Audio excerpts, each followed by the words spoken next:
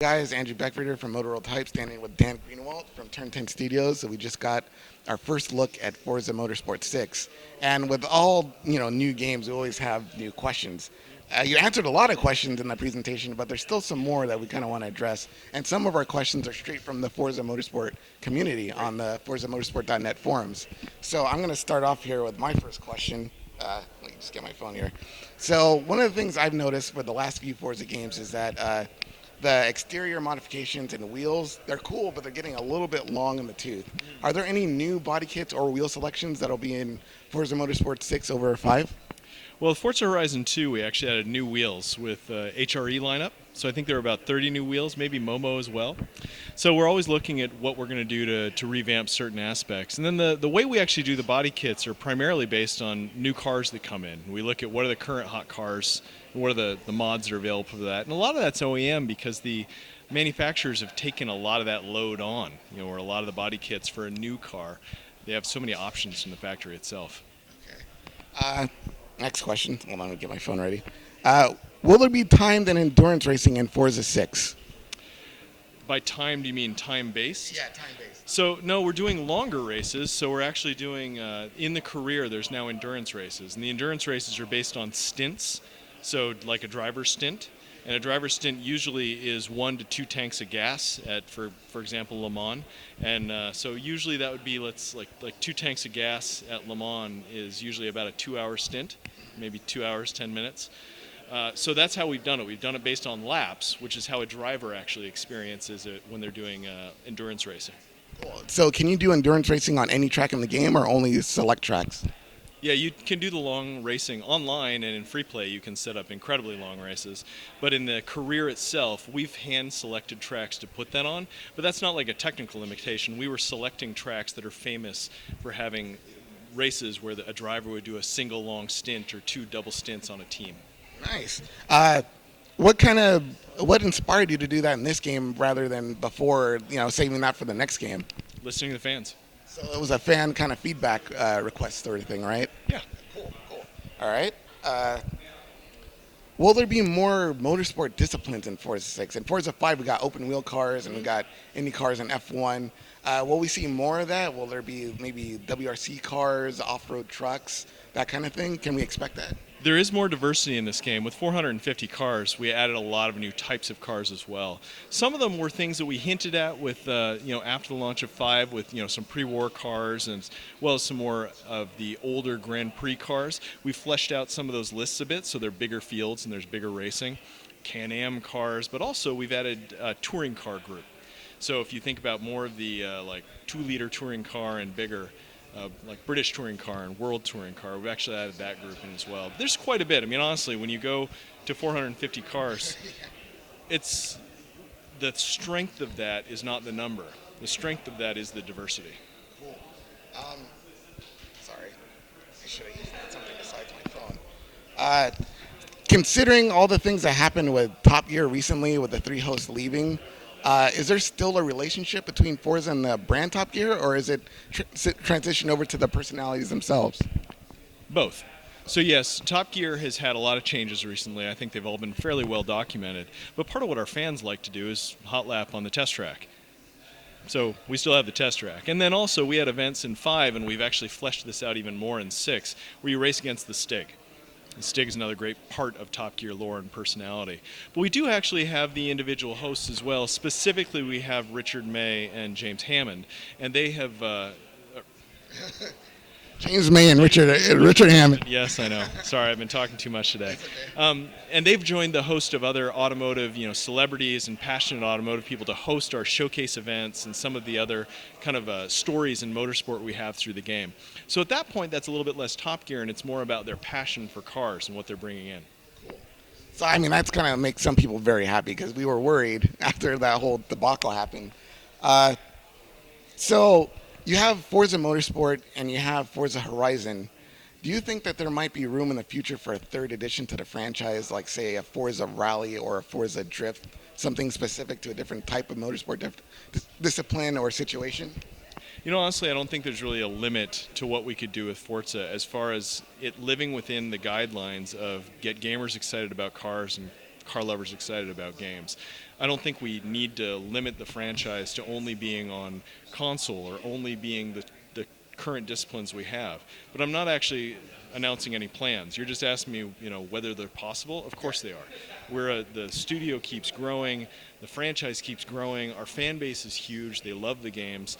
So, we're just going to keep trying to make experiences that light them up and start really getting this future of what is car culture going to mean in the next 10 years. We want to be a big part of that. All right, so here we go. We're going to go into the forum questions now. Brace yourself.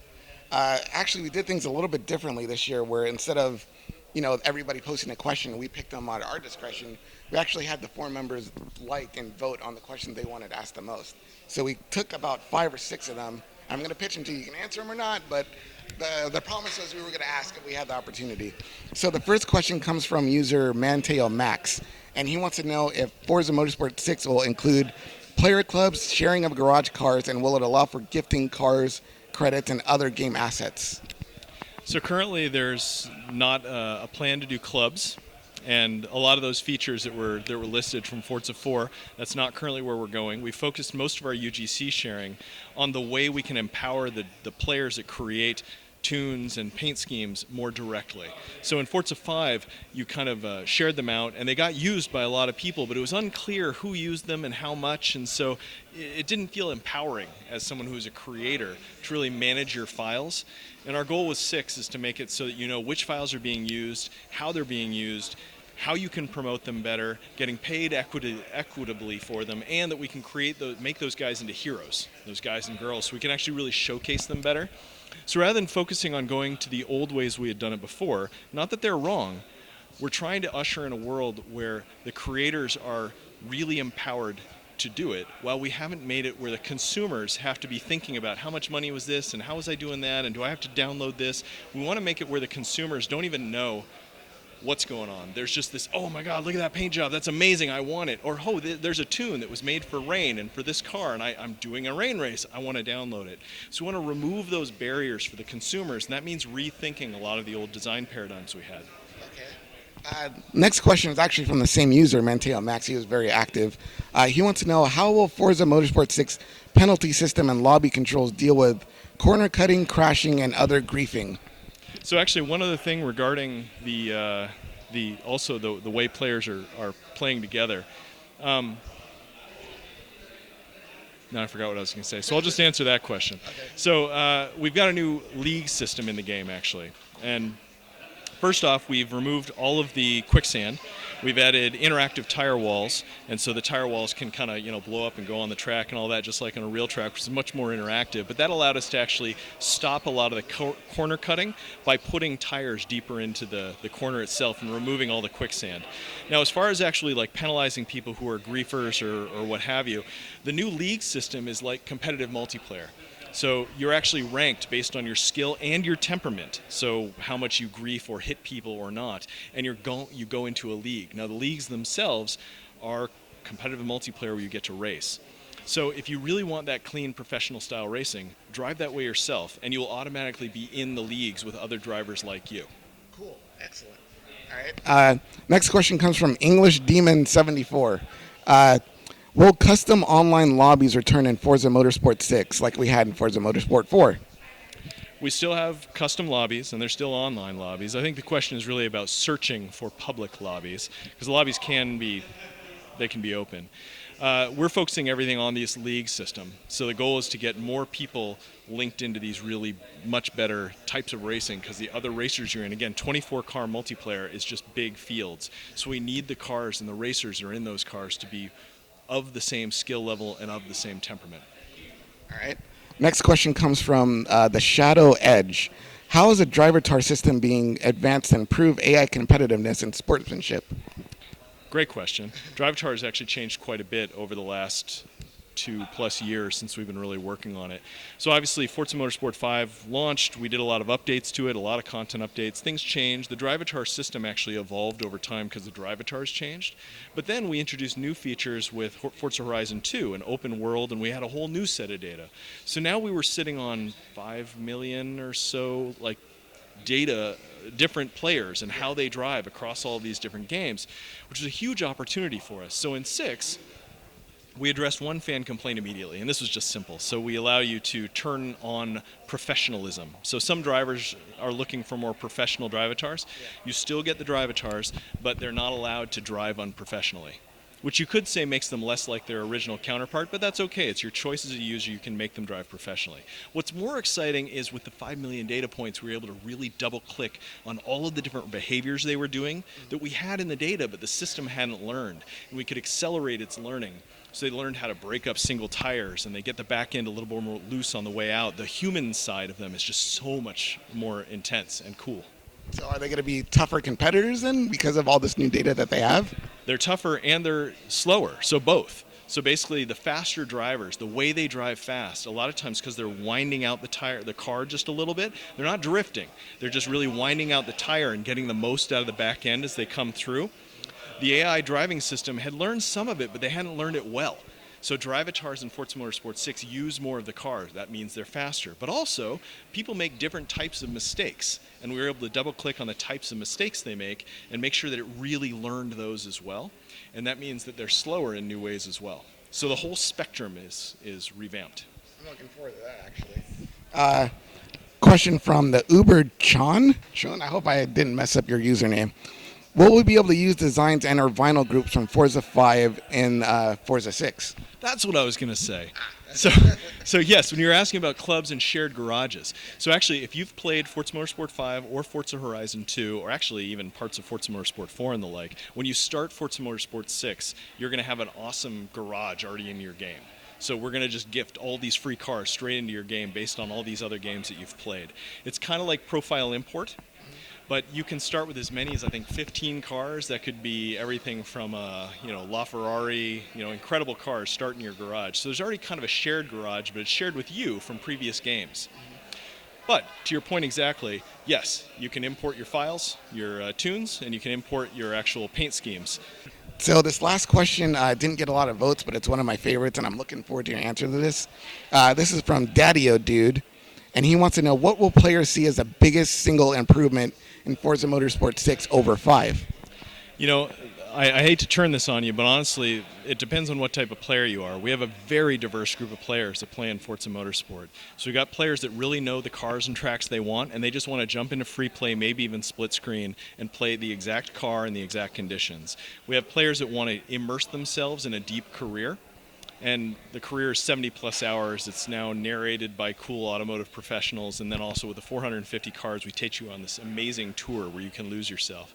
Multiplayers are looking for that wheel-to-wheel competition. Fast, fair, controllable. And with new leagues, they're going to get that. And we also have our core faithful, people that just love the game. They love painting, they love tuning, they love driving. And so Rivals mode is still there, but also not only are you going to import your tunes and import your liveries, you can also manage them much better, so you can become a hero in the community creating the best content. So it depends on what type of player you are. If you're not a painter, that last one doesn't apply to you. And if you're a multiplayer, you don't care about career. But if you're a career guy, you're not going to care about leagues. So I'm sorry it was a convoluted answer, but it really does depend on who you are. And we are one of those franchises that has a really diverse group of players. Is there one change that you can think of that you're the most proud of in this one over the last game? For me, it's always simulation. That's always my answer, because every version we push even further into simulation. We do new research projects that push beyond what academics are currently doing. So by having these 450 cars, that meant we had to have a lot of tires, bias-ply, pre-war, different type of tread patterns and the like, and all these different compounds. Simulating that is incredibly hard. But we also have cars now that are mixed between wood and metal and all of that. They have more chassis flex. But here's the big thing: night and wet. It's not night and wet like. It's night and wet. We went and looked at what does the temperature do at night to the different surfaces. There's 148 surfaces: sealant, paint, grass, all the different types of asphalt and concrete throughout the game. We had to go measure all of that. Same with wet. We went and measured what happens, porosity, how much water gets absorbed into all these different things to simulate it, and how that reacts to all these different tires for the 450 cars. That level of simulation is something I love and I geek out on, and there's a small group of players that will appreciate that this is simulated to a ridiculous degree. Like the hydroplaning across puddles, I can't remember a game that's done that before. But if you really do drive in the rain, you know that that's real. If you see a big puddle on half the track, you got to avoid it or you are going to spin out. That happens in Forza Motorsport 6. That actually kind of brings me to another question. Sorry, bonus. Since there's rain and there's 3D puddles, and is there going to be random placement of these puddles? I mean, tracks are the same, so is water always going to collect in the same spot, or is it going to move around? How's that going to work? You know us, we research. So we actually went to the tracks, we found out where the puddles happen, not just where we think they should happen. So Brands Hatch, go drive it. That's where they collect on Brands Hatch. Now we captured Brands Hatch incredibly wet. So the puddles are really big, right? I mean, we've got a downpour going on because that was such a big challenge. Like, it's one thing to drive Brands Hatch in the wet. It's another thing to drive it in a downpour. Big puddles to go through. But yeah, they're not going to move to another part of the track because they wouldn't. I mean, that's where the low part of the track is. We've got a kind of this, it's almost like a stream. We saw this when we were there. That's kind of going across the track. It's not standing water because it's kind of, going downhill. Yeah. We recreated that in the game. So that's what it's like when it's a steady downpour there. All right. Well, there you go. You posed your questions. I got them answered to the best of my ability and his ability. Appreciate your time. Absolutely. And I'm looking very forward to playing Forza Motorsport 6. Can you tell us when it's going to be released? Absolutely, and thanks again. I love meeting with you, and I know the community asks great questions, and I really want to answer their questions. The game will be released on September 15th in the United States, and I think like September 18th around the world. Can we pre-order it now? Starting at E3, yeah. Cool. All right. Thanks very much. You heard it all here first. Andrew Beck from No Roll Type here with Dan Greenawalt and Turn 10 Studios.